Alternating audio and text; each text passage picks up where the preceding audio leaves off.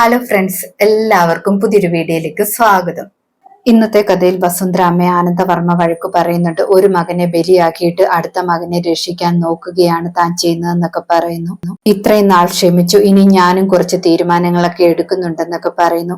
ആ സമയത്ത് വസുന്ധരാമ്മ പറയുന്നുണ്ട്, എനിക്കാണെങ്കിൽ സംസാരിക്കണമെന്നൊക്കെ.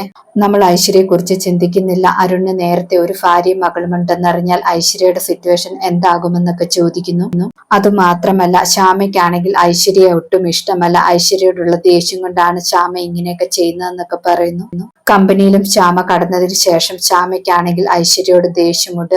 ആ ദേഷ്യത്തിന് വേണ്ടി അശ്വതിയെ വെച്ച് കളിക്കുന്നതാണെന്നൊക്കെ പറയുന്നു.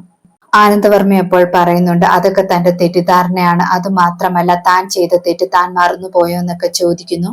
താൻ അശ്വതിയോടും അരുണോടും മാത്രമല്ല ആ ചെറിയ കുട്ടിയോടും തെറ്റ് ചെയ്തെന്നൊക്കെ പറയുന്നുണ്ട്. അതിനുശേഷം ആനന്ദവർമ്മ അവിടെ നിന്നും പോകുന്നു. പിന്നീട് കാണിക്കുന്നത് അശ്വതിയും ശ്രീകുട്ടിയുമാണ്. അശ്വതിയും ശ്രീകുട്ടിയും റോഡിൽ കൂടെ പോയിക്കൊണ്ടിരിക്കുന്ന സമയത്ത് ശ്രീകുട്ടിയാണെങ്കിൽ സ്കൂളിൽ പഠിക്കുന്ന കൂട്ടുകാരുടെ അച്ഛനെയും അമ്മയെ കുറിച്ചൊക്കെ പറയുന്നുണ്ട്. അച്ഛൻ ബീച്ചിൽ കൊണ്ടുപോകുമെന്നും അതുപോലെ അച്ഛനാണ് കൂടുതൽ സ്നേഹമെന്നൊക്കെ പറയുന്നു. അത് കേൾക്കുമ്പോൾ അശ്വതിക്കാണെങ്കിൽ ഒരുപാട് സങ്കടമാകുന്നു. ശ്രീകുട്ടി അവസാനം അമ്മയോട് ചോദിക്കുന്നുണ്ട്, എൻ്റെ അച്ഛൻ എവിടെയാണ്, എനിക്ക് എൻ്റെ അച്ഛനെ കാണണമെന്നൊക്കെ പറയുന്നു. ഒരുപാട് നിർബന്ധിക്കുമ്പോൾ അശ്വതി പറയുന്നുണ്ട്, ഞാൻ മോൾക്ക് ഐസ്ക്രീം വാങ്ങിത്തരാമെന്ന്. അതിനുശേഷം കടയിലേക്ക് ഐസ്ക്രീം വാങ്ങാനായിട്ട് പോകുന്നു. ശ്രീകുട്ടി അപ്പോൾ വിചാരിക്കുന്നുണ്ട്, അമ്മ എന്താണ് അച്ഛനെ കുറിച്ച് ചോദിച്ചപ്പോൾ ഐസ്ക്രീം വാങ്ങാനെന്നും പറഞ്ഞു പോയതെന്നൊക്കെ. അശ്വതി ഐസ്ക്രീം വാങ്ങിയിട്ട് വെളിയിലേക്ക് വരുന്ന സമയത്ത് ജയേഷിനെ കാണുന്നു. ജയേഷ് ആണെങ്കിൽ അശ്വതിയുടെ അടുത്തേക്ക് വന്നിട്ട് പറയുന്നുണ്ട്, ഇന്ന് നിന്നെ ഞാൻ വെറുതെ വിടില്ല എന്നൊക്കെ. അതിനുശേഷം അശ്വതിയുടെ കയ്യിൽ കയറി പിടിക്കുന്നു. ആ സമയത്താണെങ്കിൽ അശ്വതി ആ കൈ വിടുവിച്ചിട്ട് ഓടുകയാണ്. ജയേഷും അശ്വതിയുടെ പിന്നാലെ ഓടുന്നു.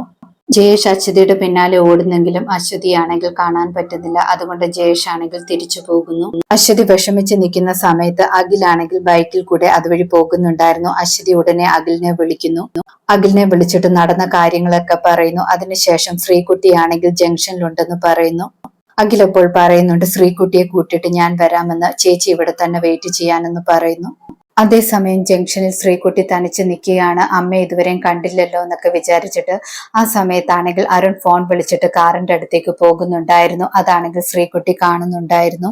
ശ്രീകുട്ടിയാണെങ്കിൽ അരുണിനെ വിളിക്കുന്നുണ്ട്. പക്ഷെ അരുൺ ഫോൺ സംസാരിക്കുന്നത് കൊണ്ട് ശ്രീകുട്ടി വിളിക്കുന്നതൊന്നും കേൾക്കുന്നില്ലായിരുന്നു. ശ്രീകുട്ടി അരുണങ്കളെന്ന് വിളിച്ചുകൊണ്ട് റോഡ് ക്രോസ് ചെയ്യുന്നു. ആ സമയത്ത് പെട്ടെന്ന് ഒരു ബൈക്ക് വന്ന് ഇടിക്കുന്നുണ്ട്. ശ്രീകുട്ടിയുടെ ബഹളം കേട്ടുകൊണ്ടാണെങ്കിൽ അരുൺ തിരിഞ്ഞു നോക്കുമ്പോഴാണെങ്കിൽ ശ്രീകുട്ടിയെ കാണുന്നു. ഉടനെ തന്നെ ശ്രീകുട്ടിയുടെ അടുത്തേക്ക് ചെല്ലുന്നുണ്ട്. അവിടെ കൂടി നിൽക്കുന്ന ആൾക്കാരോട് ചോദിക്കുന്നുണ്ട്, ശ്രീകുട്ടിക്ക് എന്ത് പറ്റിയതാണെന്ന്. ആ സമയത്ത് ആക്സിഡന്റ് ആണെന്ന് പറയുന്നു. ഉടനെ തന്നെ അരുൺ ആണെങ്കിൽ ശ്രീകുട്ടിയെ കോരി എടുത്തുകൊണ്ട് പോയി കാറിൽ കയറ്റി കിടത്തുന്നു. അതിനുശേഷം ആശുപത്രിയിലേക്ക് കൂട്ടിയിട്ട് പോകുന്നു.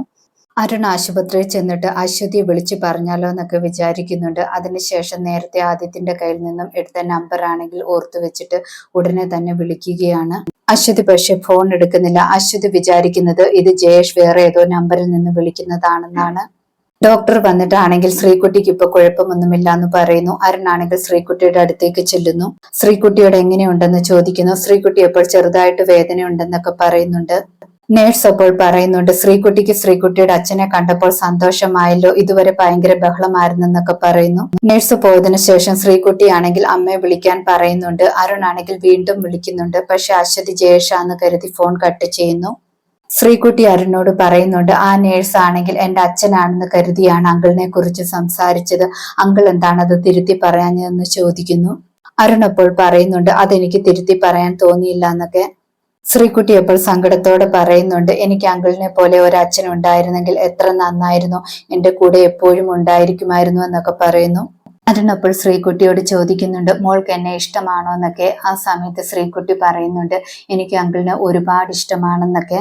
അരുൺ അത് കേൾക്കുമ്പോൾ ഒരുപാട് സന്തോഷമാകുന്നു. നെറ്റിയിലാണെങ്കിൽ ശ്രീകുട്ടിക്ക് ഉമ്മ കൊടുക്കുന്നുണ്ട്.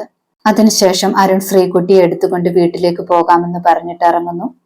പിന്നീട് അശ്വതിയുടെ അടുത്തേക്ക് അഖിൽ തനിച്ചു വരുന്നു. അത് കണ്ടിട്ട് അശ്വതി ടെൻഷൻ ആകുകയാണ്. ശ്രീകുട്ടി എവിടെ എന്നൊക്കെ ചോദിക്കുന്നു. അഖിൽ എപ്പോൾ പറയുന്നുണ്ട്, ടെൻഷൻ ആകണ്ട, ശ്രീകുട്ടി മിക്കവാറും വീട്ടിലേക്ക് പോയേക്കും, അവൾക്ക് വീടൊക്കെ അറിയാമല്ലോ എന്ന് പറയുന്നു. ഇതോടെ ഇന്നത്തെ കഥ അവസാനിക്കുന്നു. പുതിയൊരു കഥയുമായി വീണ്ടും കാണാം. താങ്ക്